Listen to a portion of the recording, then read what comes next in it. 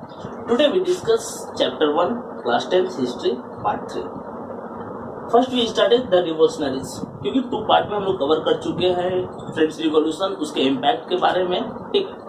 The revolutionaries means वो कौन कौन से लोग थे सोसाइटी में, किस तरह के लोग थे, पर्सन्स थे, किस जॉब को प्रेफर करने वाले थे और उनका रिवॉल्यूशन का मीनिंग क्या था, वो किस मेथड से रिवॉल्यूशन कर रहे थे. The fear of repression drop many liberals nationalist underground.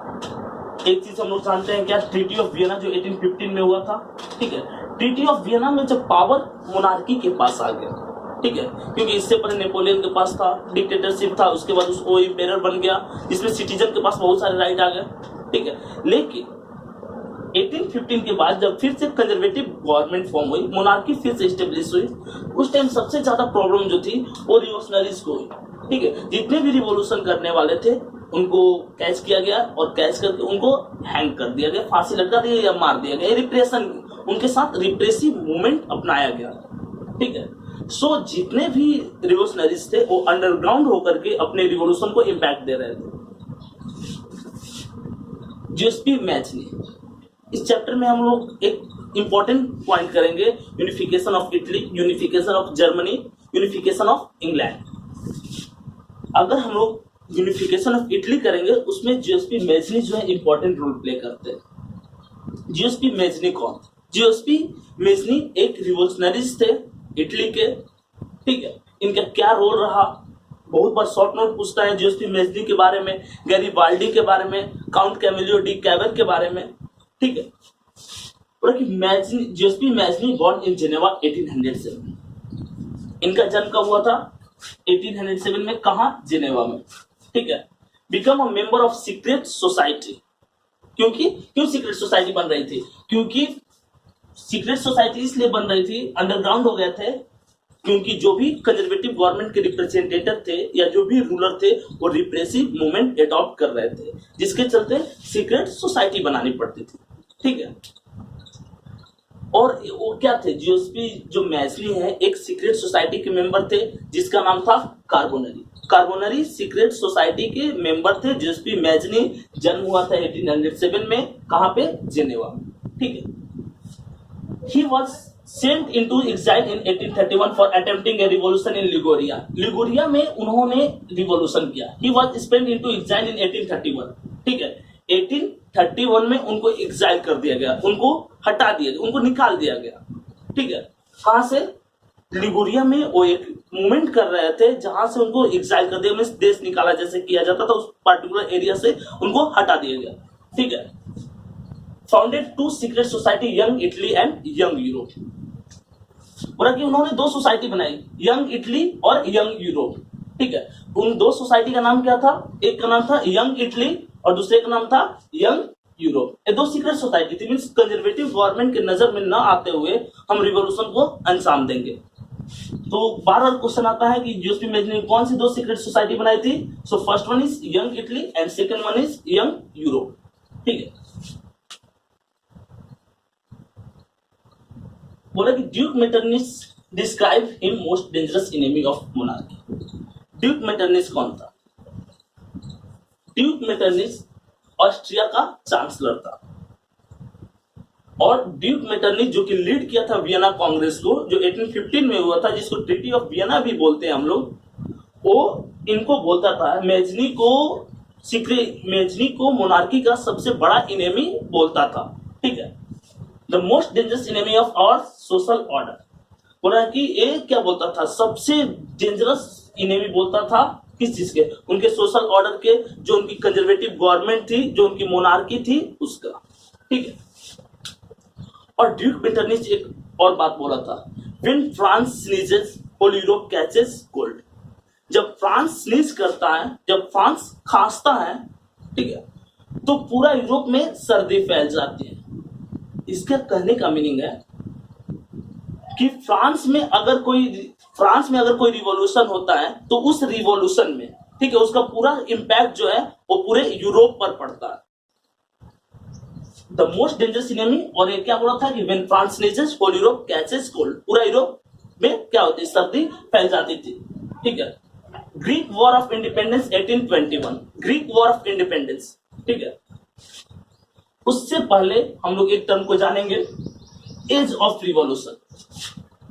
ठीक है, अभी तक हम लोग जाने कि जोसेफ मैजनी कौन थे, रिवॉल्यूशनरीज को कैसे मेथड अडॉप्ट कर रहे थे जब वियना कांग्रेस में गवर्नमेंट जो थी रिप्रेसिव हो गई थी तो सीक्रेट सोसाइटी बना रहे थे। एज ऑफ रिवॉल्यूशन कब से कब तक को बोला गया है? एज ऑफ रिवॉल्यूशन 1830 से 1848 तक को बोला गया है। ठीक है, एज ऑफ रिवॉल्यूशन। क्यों इसको एज ऑफ रिवॉल्यूशन बोला गया है? क्योंकि इसमें बहुत सारे ऐसे रिवॉल्यूशन हुए हैं, बहुत सारी यूरोपियन कंट्री के गवर्नमेंट जो है वो चेंज हुई है। ठीक है, और इस टाइम पीरियड को रोमांटिसिज्म भी बोला गया है क्योंकि बिना कोई वॉर का बहुत सारे चेंजेस होता है। ठीक है, मीन्स बिना कोई वॉर करने का मीन्स कि हम नॉन वायलेंटली, ठीक है, नॉन वायलेंटली हम चेंज करेंगे इनको। ठीक है, revolution, art, poetry, stories and music, collective heritage. बिना कोई वॉर का हम क्या करेंगे, इनको चेंज करेंगे। ग्रीक वॉर ऑफ इंडिपेंडेंस एक रोमांटिसिज्म के बीच वाला ही टाइम था जिस time Greek War of independence start हुआ था। कब? एक क्वेश्चन आता है 1 मार्क में, ग्रीक वॉर ऑफ इंडिपेंडेंस 1821 को स्टार्ट हुआ था। कब स्टार्ट हुआ था? 1821 को। ठीक है,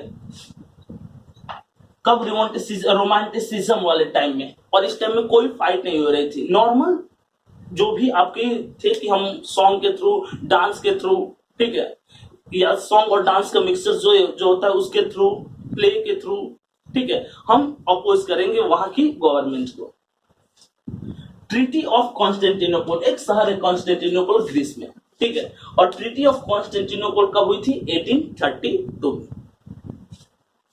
ट्रीटी ऑफ कॉन्स्टेंटिनोपल के बाद ही Greek War of Independence last हो गया। ठीक है, यहां तक कोई प्रॉब्लम? अब सबसे इंपॉर्टेंट पॉइंट आता है कि लिबरल्स में, ठीक है, ये जो रोमांटिसिज्म वाले टाइम था, जो रिवॉल्यूशन का टाइम था 1830 से 1848 का जो टाइम था, इस टाइम में कैसे लोग पार्टिसिपेट कर रहे थे? रिवॉल्यूशन में मैक्सिमम जो थे वो आपके नॉर्मल थर्ड स्टेट वाले जो डिफरेंट कॉमन प्रोफेशन को प्रीफर करते थे, जैसे कि टीचर हो गए, डॉक्टर हो गए, लॉयर हो गए, ठीक है, आर्टिसंस हो गए, तो वही लोग इस मूवमेंट को लीड कर रहे थे। ठीक, रिवॉल्यूशन जो ग्रीक वॉर ऑफ इंडिपेंडेंस था या जो रोमांटिसिज्म वाला टाइम था, ठीक है, इस टाइम में रिवॉल्यूशन कैसे हुआ? Art, poetry, stories, music, collective heritage. बोला कि आर्ट के थ्रू, पोएट्री के थ्रू, म्यूजिक के थ्रू, या कोई भी हेरिटेज, एंशिएंट कल्चर, इन सब के बेस पे लोगों को यूनिफाइड किया जाता था और तब जाकर के गवर्नमेंट को अपोज की जाती थी। ठीक है, नेक्स्ट पॉइंट है आपका जर्मन फिलोसोफर जिनका नाम जॉन गॉटफ्राइड हर्डर था। कौन? जर्मन फिलोसोफर थे जिनका नाम जॉन गॉटफ्राइड हर्डर था, जो 1744 से 1803 के बीच में, ठीक है, इनका ड्यूरेशन जो है 1744 से 1803 है। और इनका थॉट क्या था? ये भी लिबरल्स थे। ठीक है, ये भी गवर्नमेंट को अपोज करते थे। मेथड क्या था इनका? तो वही आर्ट, कल्चर, इनके बेस पे हेरिटेज को प्रमोट करते थे, साइंस टेक्नोलॉजी को अपोज करते थे जितने भी कंजर्वेटिव माइंडेड पर्सन थे। Das Volk, native people of Germany. Das Volk किसको बोला गया है? Native people of Germany, Germany के नेटिव लोगों को बोला गया है। इनका थॉट था कि जर्मनी जो है इन्हीं का है, इन्हीं लोग को प्रमोट करना चाहिए। ठीक है, आउटसाइडर को अपोज कर रहे थे, वहां नेटिव लोगों को ज्यादा बेसिस दे रहे थे, ज्यादा प्रमोट कर रहे थे उनको। अलग अलग लैंग्वेज के बेस पे भी क्या होता था? रिवॉल्यूशन होता था। जस्ट लाइक एग्जांपल कि पोलैंड पे रसिया का कंट्रोल था। जब रसिया पोलैंड पे कंट्रोल किया तो रशियन लैंग्वेज को पोलैंड के स्कूल में या कॉमन लैंग्वेज बनाया। अगर आपका नेटिव लैंग्वेज को अपोज करके कोई दूसरा लैंग्वेज आप पे क्या करता है, आपके ऊपर डालता है, आप उसको इजीली नहीं मान सकते हो। कारोल कुरपेंस्की जो थे, 1 मार्क में क्वेश्चन आता है, कहाँ के रिवॉल्यूशनरिस्ट थे? पोलैंड के रिवॉल्यूशनरिस्ट थे। ठीक है, और fight on the basis of language. ये लैंग्वेज के पोलैंड वाले जो थे लैंग्वेज के बेस पे फाइट कर रहे थे। वो चाहते थे कि उनका लैंग्वेज रहे। ठीक है,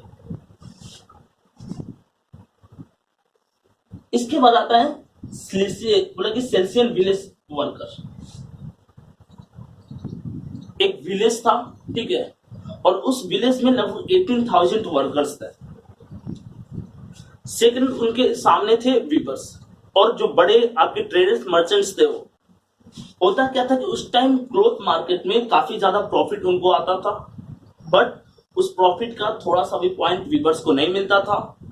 ठीक है। सेकंड पॉइंट में उनसे वर्क ज्यादा कराया जाता था, लगातार वर्क कराया जाता था, उनका लाइफ स्टाइल लगातार डिक्लाइन हो रहा था, जबकि उनको सैलरी उनके वर्क के अकॉर्डिंग नहीं दी जा रही थी। ठीक है। इस सेंस में क्या किया कि वहां के जो वर्कर्स है एक साथ यूनाइट हुए और यूनाइट होकर के वहां के व्यूवर्स के जो गोडाउन्स था, जो उनका घर था, उसके ऊपर अटैक कर दिए। ठीक है। अटैक करके उनके गोडाउन को जला दिए। व्यूवर्स को वहां छोड़कर, उस जगह को छोड़कर के भागना पड़ा, बगल के विलेज में चले गए। ठीक है। बगल के विलेज में जाने के बाद फिर मिलिट्री को ऑफर किए कि आप इस रिवॉल्यूशन को रिप्रेस कर दीजिए, हम आपको बहुत सारा क्या देंगे, वेल्थ देंगे। उसके बाद मिलिट्री इन व्यूवर्स पे अटैक करते हैं, 11 व्यूवर्स मारे जाते हैं। तो इसको सिल्सियन विलेज वर्कर्स का रिवॉल्यूशन बोला गया। ये भी एक ह्यूज इम्पैक्ट डालता है यूरोपियन सोसाइटी पे कि जो रूलिंग क्लास है, जो आपके नोबल ग्रुप्स है, वो रिप्रेस कर रहा है थर्ड स्टेज वाले को, तो इसको लेकर के एग्रेशन लोगों के बीच में ज्यादा हो गया। ठीक। 18 मई 1848 18 मई 1848 को क्या हुआ था कि जर्मनी में इलेक्ट हुए थे 831 इलेक्टेड रिप्रेजेंटेटिव मार्च फ्रैंकफर्ट पार्लियामेंट। ठीक है। सेंट पॉल चर्च है वहां पर फ्रैंकफर्ट पार्लियामेंट में 831 जो रिप्रेजेंटेटिव मेंबर थे वो किसको ऑफर करते, फ्रेडरिक विलियम फोर्थ जो उस टाइम के रूलर थे रशिया के, उनको ऑफर करते हैं। ठीक है। कि आप आकर के रूल कीजिए, क्योंकि रिवॉल्यूशन उन्हीं के अगेंस्ट हुआ था, मोनार्की के अगेंस्ट हुआ था। बट जो लिबरल्स थे वो चाहते थे कि थोड़ा सा चेंजेस हो, सिटीजन को भी कुछ राइट्स मिले। ठीक है। और उस राइट्स के सेंस में कि नहीं, मोनार्की भी रहे, साथ ही साथ कॉन्स्टिट्यूशन भी रहे। मोनार्की जो है रूल करे तो कॉन्स्टिट्यूशनल मेथड से रूल करे, वो नहीं चाहते थे टोटली मोनार्की को डिस्बैंड कर दे। ठीक है। सो ऑफर किया गया, किनको ऑफर, 1 मार्क में क्वेश्चन आता था, फ्रेडरिक विलियम फोर को ऑफर किया गया था। बट फ्रेडरिक विलियम फोर जो थे वो रिफ्यूज कर देते इस ऑफर को। ठीक है। और रिफ्यूज करने के बाद वो खुद से कंजर्वेटिव गवर्नमेंट का एक यूनियन बनाते हैं। उसके बाद फिर से इस रिवॉल्यूशन को वो क्या करते हैं, रिप्रेस कर देते हैं और फिर से मोनार्की को रीस्टेब्लिश करते हैं जर्मनी में। फेमिनिस्ट बोला कि awareness of women rights. Feminist movement में हम लोग जानते हैं कि जितने भी रिवॉल्यूशन हो रहा था उसमें वुमेन जो थी इंपॉर्टेंट रोल प्ले कर रही थी। फेमिनिस्ट मूवमेंट में जो वुमेन थी इक्वालिटी के लिए, लैंग्वेज के बेस पे, कल्चर के बेस पे, ट्रेडिशन के बेस पे, ठीक है, उनको इक्वालिटी चाहिए था। इसके लिए वुमेन यूनिफाइड होकर के मूवमेंट कर रही थी, जिसको फेमिनिस्ट मूवमेंट बोला गया। ठीक है। इंग्लिश पोएट थे लॉर्ड बैरन। ठीक। उन्होंने ऑर्गेनाइज किया, लोगों को ऑर्गेनाइज करके जो रूलिंग क्लास थी उनके अगेंस्ट में उन्होंने फाइट किया। तो अलग अलग प्रोफेशन को चूज करने वाले लोग जो थे एक साथ यूनाइट होकर के फाइट कर रहे थे, किसके अगेंस्ट, मोनार्की के अगेंस्ट, और मोनार्की को अपोज कर रहे थे। इस तरह से इस पॉइंट में हम लोग क्या जाने हैं कि रिवॉल्यूशन कैसे हो रहा था, रिवॉल्यूशन को लीड कौन कर रहे थे, जीएसपी मैजनी कौन थे, मेटरनिच कौन था। ठीक है। ग्रीक वॉर ऑफ इंडिपेंडेंस कब हुआ, कॉन्स्टेंटिनोपल क्या था, ट्रीटी ऑफ वियना कब हुई, ट्रीटी ऑफ वियना का इंपॉर्टेंट पॉइंट क्या था। इस तरह से ये आपका जो पार्ट है वो खत्म होता है। इसके बाद नेक्स्ट पार्ट में हम लोग यूनिफिकेशन को कवर करेंगे। प्लीज वीडियो को लाइक करें, सब्सक्राइब करें और शेयर करें, और ऐसे इंटरेस्टिंग वीडियो आपके लिए मैं लेकर के आता रहूंगा।